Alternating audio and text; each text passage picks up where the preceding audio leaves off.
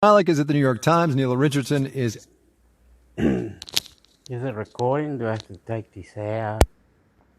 Recording? Okay, maybe. Debate. Oh, fuck off. Okay, oh, God. Technology. The world marketplace and family.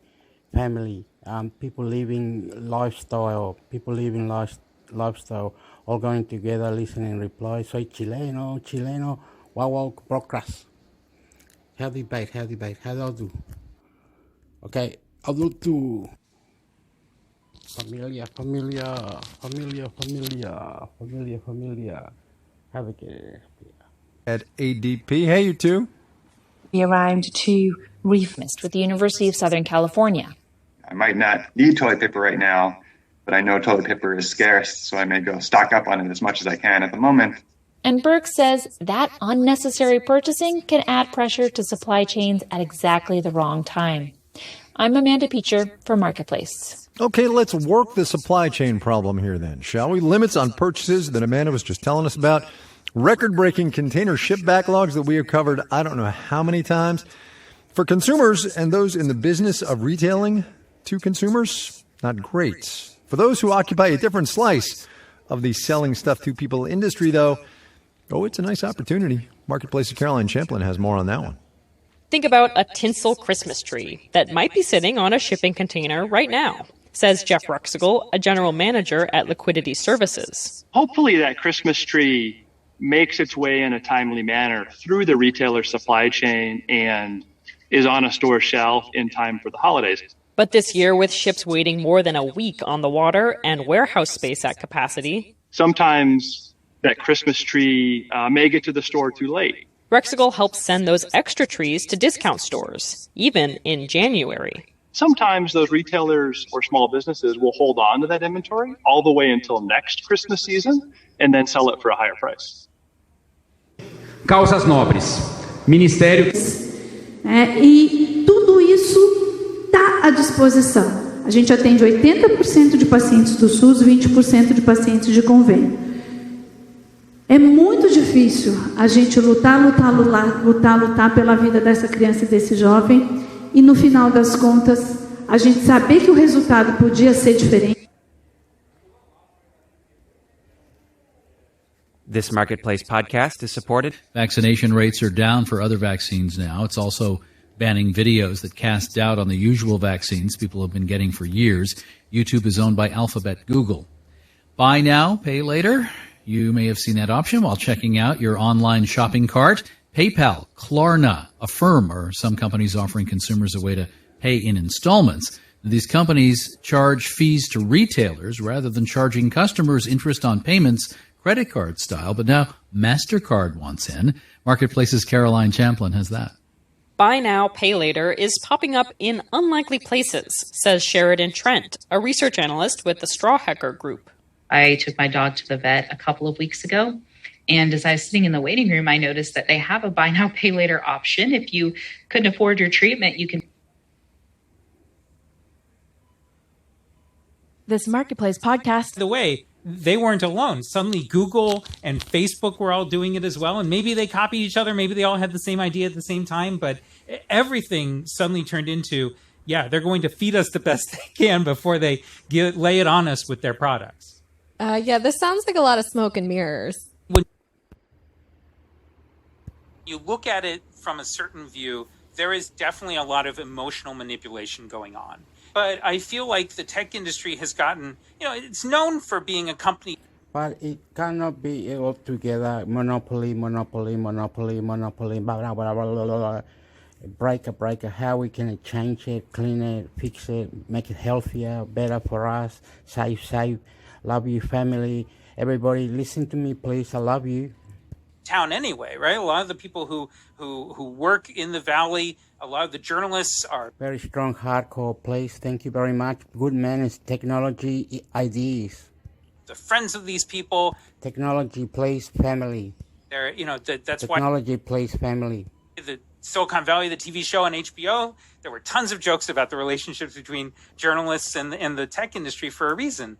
And I think that is something that now especially we live in a very different era where there's a lot of questions about what is the tech industry doing? Are they abusing their power? And suddenly these things that used to be an effort to elicit an emotional reaction out of me and affect my coverage, or even affect the way that someone feels when they watch the video through a live stream, now that's seen through a very different lens.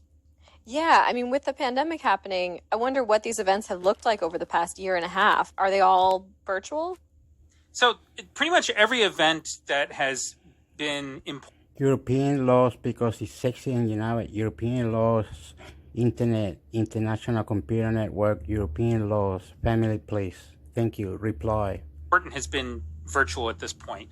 And I think what's really fascinating is that Apple found a way through a lot of production value and really stepping up in terms of the visuals that they used, right? By having these incredible drone shots over their campus. But they're able to do it in a way that it does have that feel of it still being Apple. And it pretty much every company has realized, oh, this super high production value, super emotional video, it really can make a difference. And for Apple, I feel like it's actually made them even more successful. I mean, the iPhone 12, when it was released during the holidays last year, it became their best-selling iPhone. So you were at the Amazon event, right? Amazon's annual hardware event. How was that? Well, I was at it, quote unquote, insofar as it was a digital presentation. But what was interesting about Amazon versus anybody else was that they went that extra step of making it feel special by making it a VIP digital event. I had to have an entry code to be able to watch the presentation. So, part of it for them was to obviously kind of give it that special feel. Even when you look at people writing about it online, you see a lot of the stories are like during a special event that they held, and it wasn't just, a presentation they did, on a Tuesday. And I think that speaks a little bit to how people are trying to figure out, how do we do these things in the middle of a pandemic that still bring about that special feeling in both the public, but also the reporters who are involved. Yeah. And can you just describe the event a little bit? So much like a lot of the presentations, they had pop music to start with to really get us going, right, and get us emotional. They had Coldplay actually play right before they started. Like they played the music, or the music from Coldplay, not the actual band. The they band didn't fly wasn't them out. performing. No, although that has happened too, but not this time. And so they had a song from Coldplay and BTS play, and then they started the presentation, as a lot of companies did, by talking about the values of the company and how they want to change our lives for the better. And they had these interview videos that they set up with all sorts of either users or with the people who designed the product, talking about all of the emotional journey they went through designing it. And, again, all of this is really, it's not just specs and speeds and feeds, or this camera's a, HD camera, you can stick it anywhere in your home. It's about what does it mean about being able to protect your parents who are 85 years old, right? And know that they're safe every day. It's funny that you mentioned Coldplay. I think Apple used to play Coldplay as well. Oh yeah, they love Coldplay. And in fact, Coldplay played at Steve Jobs's the memorial that they held for Apple employees. So Coldplay, for some reason, has always had a very interesting relationship with Silicon Valley. I have to know a little bit more about that. What do you think when you say an interesting relationship? What is that? I had another thought, but that is just too juicy to put down. What do you think that means? I think that the more so than even the words that they sing, I feel like the feel of their music is something that really speaks to the emotion that tech companies are trying to bring out of me all the time, right? This wondrousness, this happiness about the future. There's something about Coldplay's sound that's very much like, it's brightens up the room when you're hearing it a lot of the time. And I think that is something that the tech companies constantly want to have happening. And so I kept track. For a long time, there was a Coldplay song either before or after an Apple event, a lot of the time. And every once in a while, you would hear it with other companies too.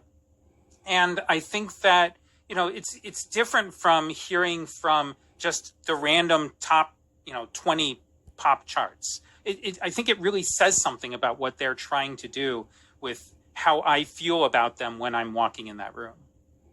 Ian Scher is an editor-at-large at CNET, where he also writes about the tech industry.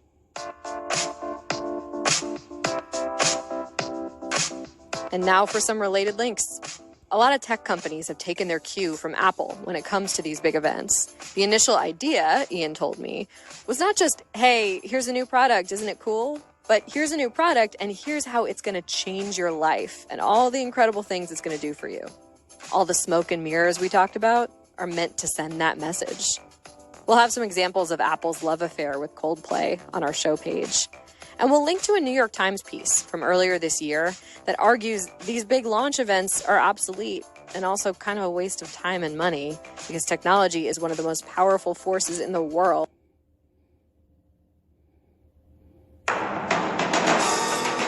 You're listening to SBS News.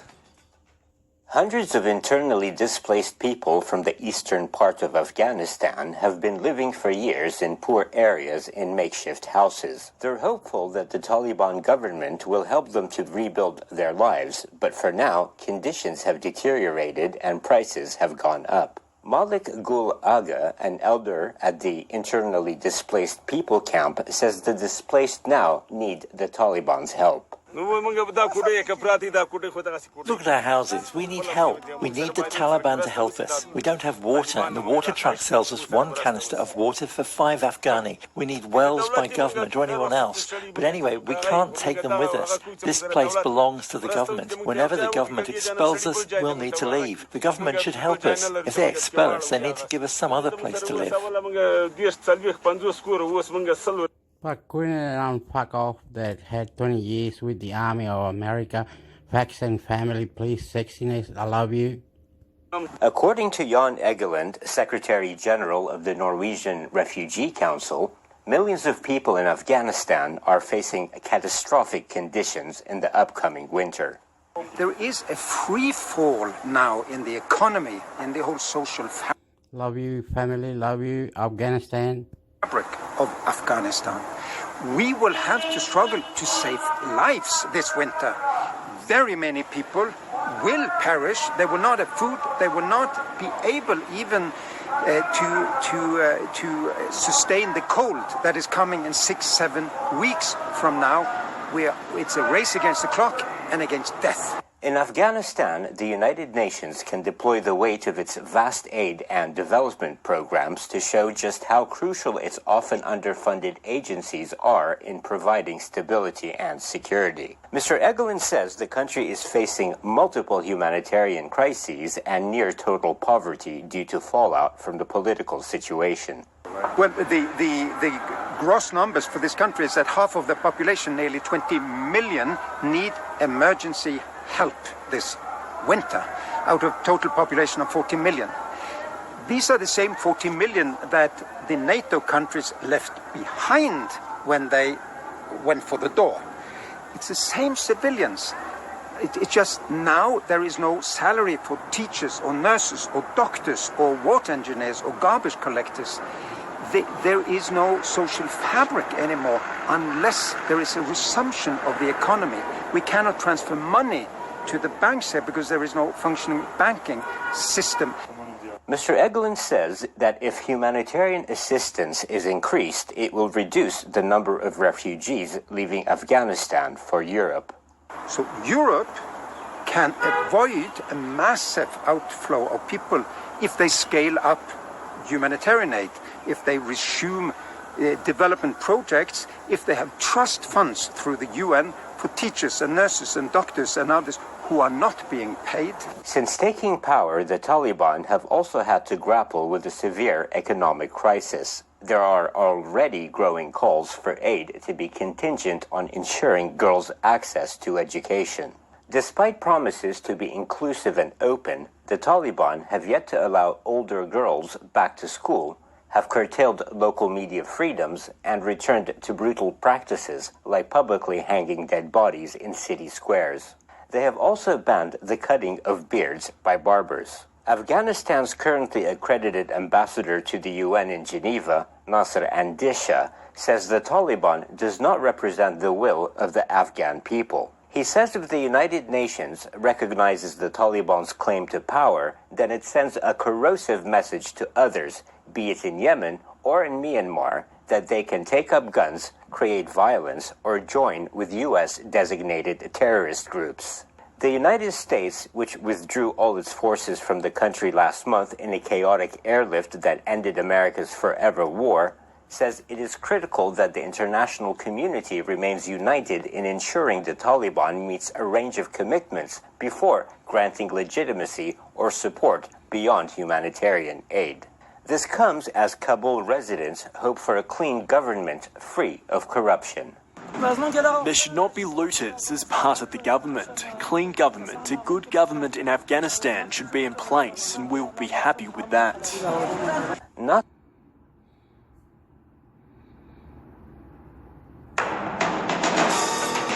You're listening to SBS News.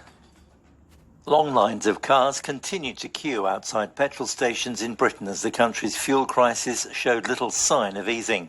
Tempers are frozen. Economically, we all family living together, and we're trying to live lifestyle. Economically, countries economically. Do we need petrol? Can we have a flying car or electric car? Something new, technology, please, family. I love you. Come with me, please. With arguments breaking out on forecourts between frustrated drivers. The crisis has been caused by a shortage of truck drivers, leading to panic buying of petrol across the United Kingdom. The government's put the army on standby to help distribute fuel from refineries to filling stations. Transport Secretary Grant Shapps says the first tentative signs of stabilisation were emerging, but he didn't expect the queues to diminish for a while. Well, we certainly brought in a lot of different measures. The army coming in to familiarise themselves with the distribution is the 18th separate measure we've taken. And of course, a lot of petrol's now being transferred into people's cars. And there are now the first very tentative signs of stabilisation in the forecourt storage, which won't be reflected in the queues as yet. Prime Minister Boris Johnson has suggested the shortage of truck drivers was caused by world economies surging as they recover from the effects of the coronavirus pandemic. We want to make sure that as the economy continues to recover, and as we continue to see things, the global recoveries suck in demand of all kinds, whether for gas or for lorry drivers, that the UK is prepared and we have a plan. That's why we've done what we've done on relaxing the competition rules and making sure that we have more drivers available should we need them. That's only prudent. But I would just stress that on the forecourts, the situation is stabilising, and people should be confident and just go about their business in their normal way. Part of the government's plan to get supplies moving again is to offer temporary 3-month visas to European truck drivers who lost the right to work in Britain in large numbers as a result of Brexit. However, the truck drivers are less than enthusiastic. Nikolai Rashkov, the managing director of Bulgaria's Eurospeed trucking company, says it wasn't that long ago that Britain told his workforce they weren't wanted anymore. At the beginning of the millennium, people from Eastern Europe, from Poland, Hungary, Romania and Bulgaria, went to Britain and filled the same gap that Britain is experiencing now. 20 years later came Brexit. And on the one hand, people from these countries were not welcome anymore. Polish truck driver Jakub Pajka was even more forthright. No thank you, Mr. Prime Minister. I will not take advantage of this opportunity. I don't think anyone would want to relocate for 3 months just to help the British sort out their Christmas. British Labour Party leader Sir Keir Starmer has told the BBC the government has handled the situation extremely badly. The government has reduced the country to chaos as we crash from crisis to crisis, and the government is not gripping this. I spoke to the haulage sector this morning, to the businesses that are absolutely in the middle of this, and they are beyond frustrated, and these were their words. They said it's a government that is denying there's a problem, then blaming somebody else, and then coming up with a half-baked plan. But while Boris Johnson says the government is taking action to ensure there are enough deliveries in all industries during the run-up to Christmas, there are real concerns that seasonal items may be in short supply. The combination of labour shortages in a variety of areas due to Brexit, allied with problems caused by the COVID pandemic, makes it hard to see how the government will get the country back on its... In 2020, when we were all stuck... Where's the agency?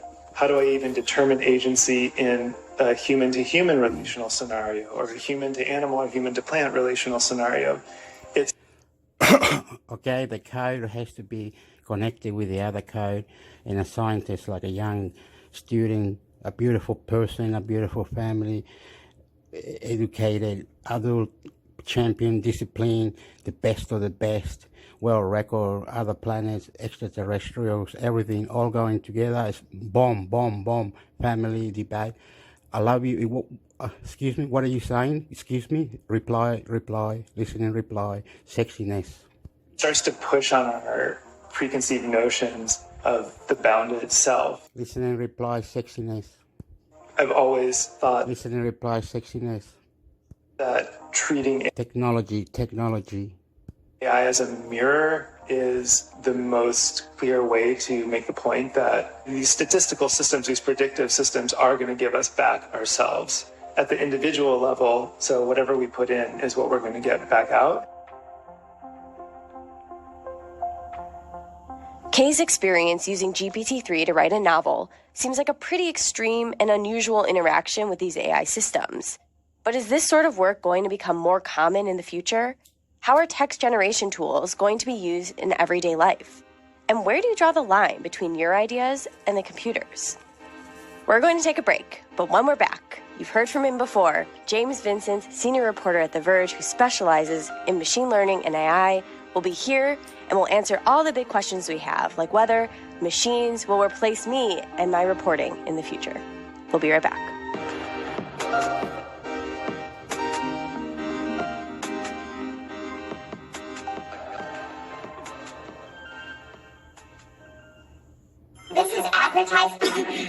This is advertiser content brought to you by Capital One. Voice activate. It can't do it.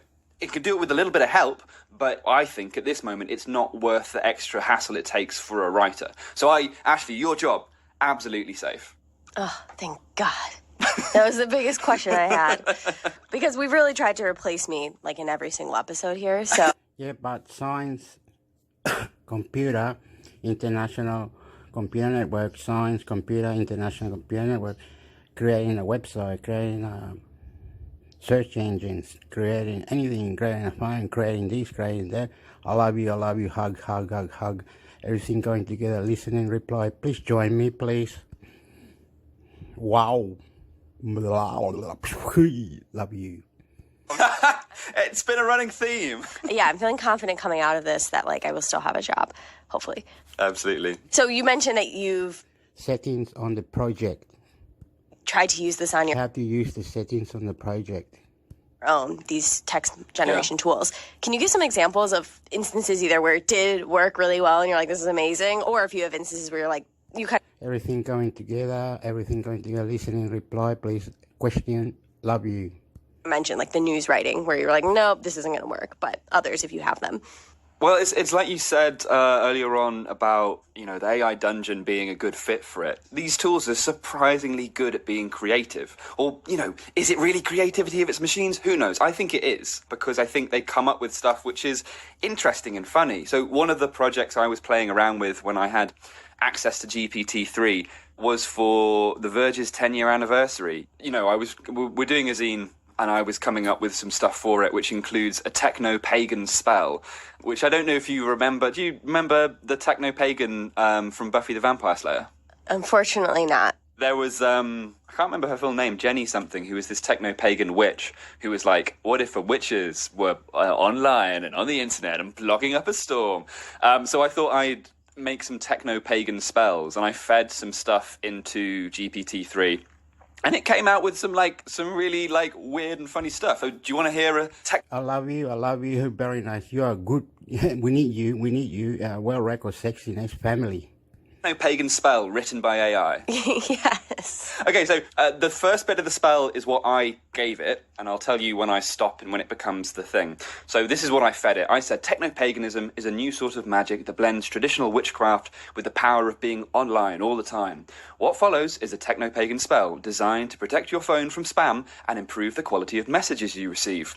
Step 1, and that was when my prompt ends. So you kind of set it up, and you're like, right, now you've got to fill in the blanks. So this is the spell it gave me. Take your cell phone and go outside. Close your eyes, hold the device in front of you, and intone, I offer you, O spirit of techno-pagan magic, my eternal and unending electronic connection to the net. In return, I ask you for magic to combine my will with the will of the system.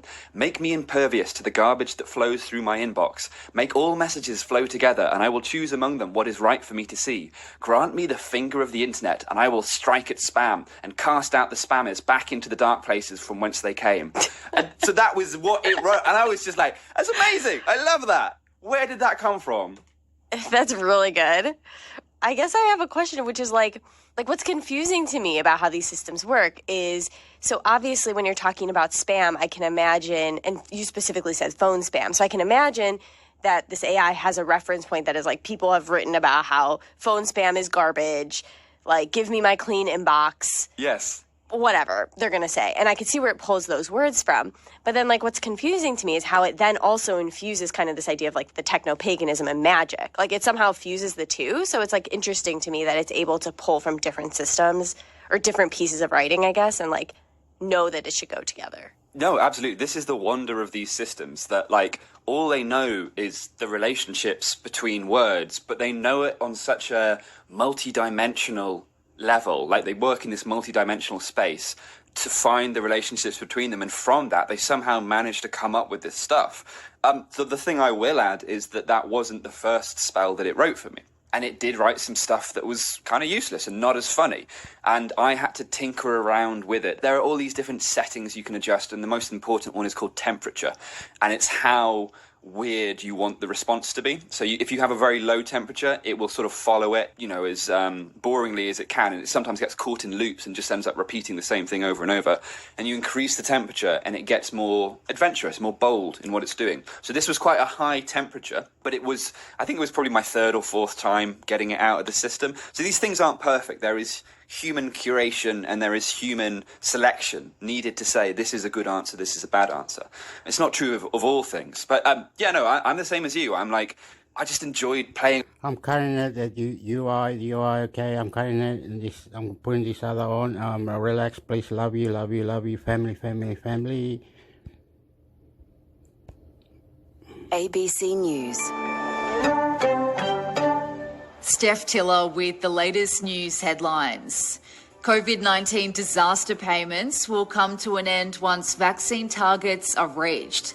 Currently, people can get up to $750 a week if they aren't able to go to work due to lockdown.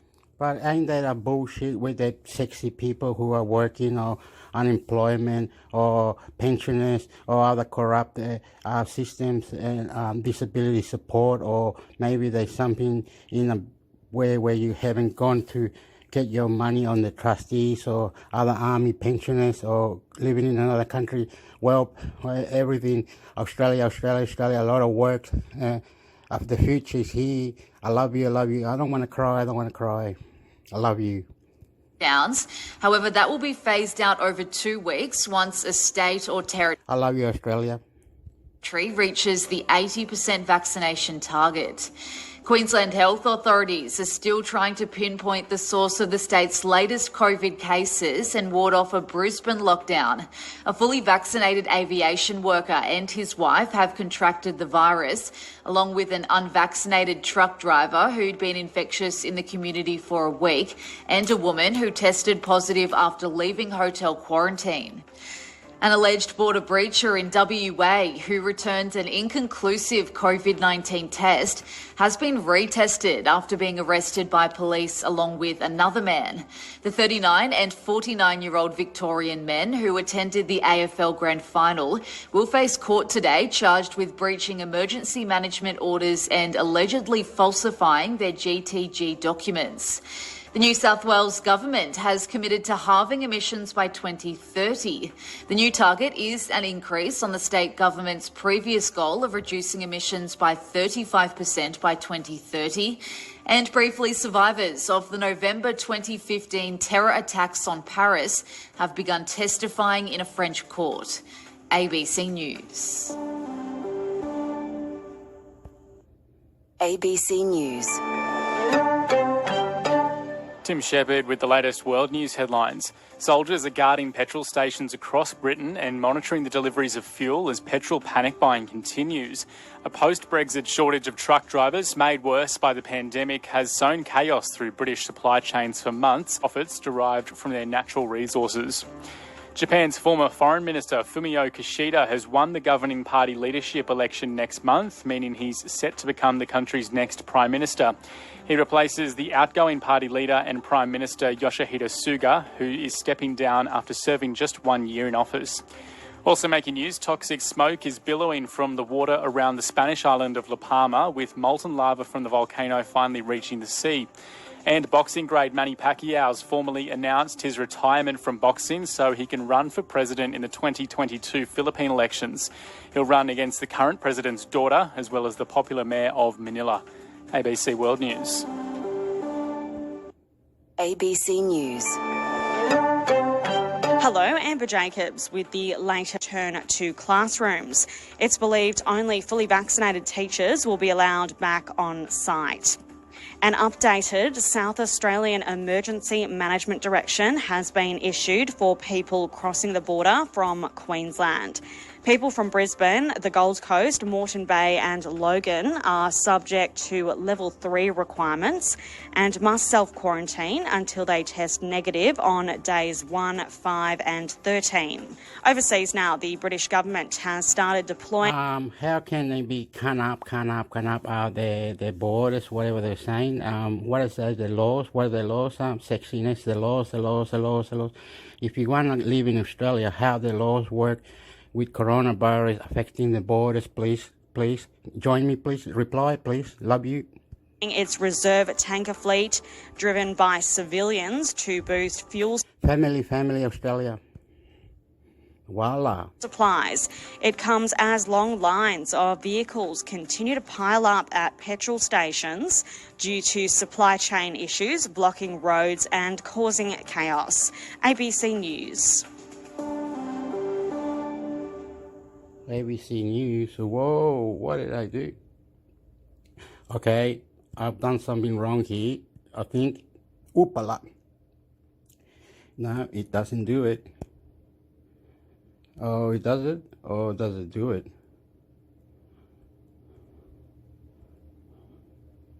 What's it do? Okay, I love you. I'm going to love you. And that's all I'm going to say. ABC News. YouTube will remove videos that spread misinformation about all vaccines, moving beyond COVID-19 to include content targeting other diseases like measles and chickenpox. From today, the video streaming site will take down content that claims any approved vaccine is dangerous and causes chronic health defects. Under previous guidelines, the platform hid videos that spread misinformation about non-COVID vaccines or promoted vaccine hesitancy.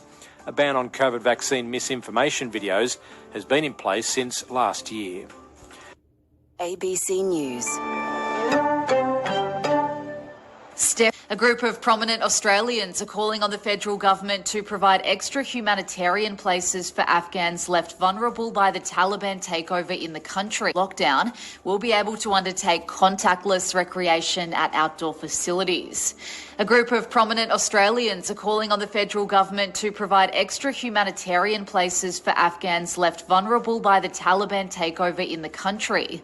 The likes of Amanda Keller and Osher Gunsberg have teamed up with the Afghanistan Australian Advocacy Network, calling for an extra 20,000 places to be made available. Briefly, in other news, Facebook has halted the development of a kids' version of Instagram geared toward children under 13 to address concerns about the vulnerability of younger users. And French President Emmanuel Macron has been the victim of an attempted egging during a visit to an international food trade fair in Lyon. ABC News. ABC News. Records 863 COVID cases in the 24 hours to 8 p.m. last night and 7 more deaths. New modelling from Research Institute Risk Frontiers suggests last week's Victorian earthquake could have been much worse. How do we get error, family, listen and reply, error, Australia, beautiful people, surfing, fishing, adventure, Australia, family, error, I love you. Reply, play it please. Listen and opinion question. If the epicentre was in Melbourne, the magnitude 5.9 earthquake. Good manners. Originating from Mansfield in the state's northeast was felt across eastern Australia, causing some property damage. A lawyer representing victims of disgraced US singer R. Kelly during his sex trafficking trial says justice has been done. The 54-year-old has been found guilty of sexually abusing women and children over 2 decades, as well as trafficking women between different US states. And a group of scientists say politicians immersed in climate change policy must not forget the world is also in the midst of a plastic crisis. ABC News. ABC News. That a London police officer handcuffed a woman on the pretext of breaking COVID-19 lockdown rules before he kidnapped and killed her. One in Cousins has appeared in court charged with the kidnap, rape and murder of 33-year-old Sarah Everard, who disappeared while walking home in March. He has pleaded guilty to the charges. Senior investigator on the case, Simon Harding, says Cousins could have made up a law to deceive and detain Ms Everard. 39 miners trapped deep underground in a nickel mine in eastern Canada have all safely reached the surface. The workers became trapped on Sunday when a bucket being sent underground detached and blocked the mine shaft. The group were forced to climb more than a vertical kilometre out of the Totten mine in northern Ontario using a system of ropes and ladders. The last miner emerged earlier today. And at least 100 Houthi rebels and pro-government troops are reported to have been killed in 2 days of fierce fighting for the northern Yemeni city of Marib. The government says it lost more than 30 soldiers. Houthi media reports say rebel forces had been the target of dozens of airstrikes by the Saudi-led coalition, which supports the government. Marib is strategically important. This is ABC News. Is that it? Is that it? Was that quick? Wow. I'm red on the face. Oh, I'm sorry. I have to go now. Oh, red on the face. Red on the face. Everybody get something. You win something. You do something. You join something. You get something. You want to do something. You do something. You get some. So YouTube gets something. Everybody gets something. Everybody. Subscribe. Facebook, Google, subscribe. Laws and lawsuits. Where we at, technology, love you, family. Where we at, technology, love you, family. Opinion, question. Quit, please, quit. Adios, amigos. God. Alec is at the New York.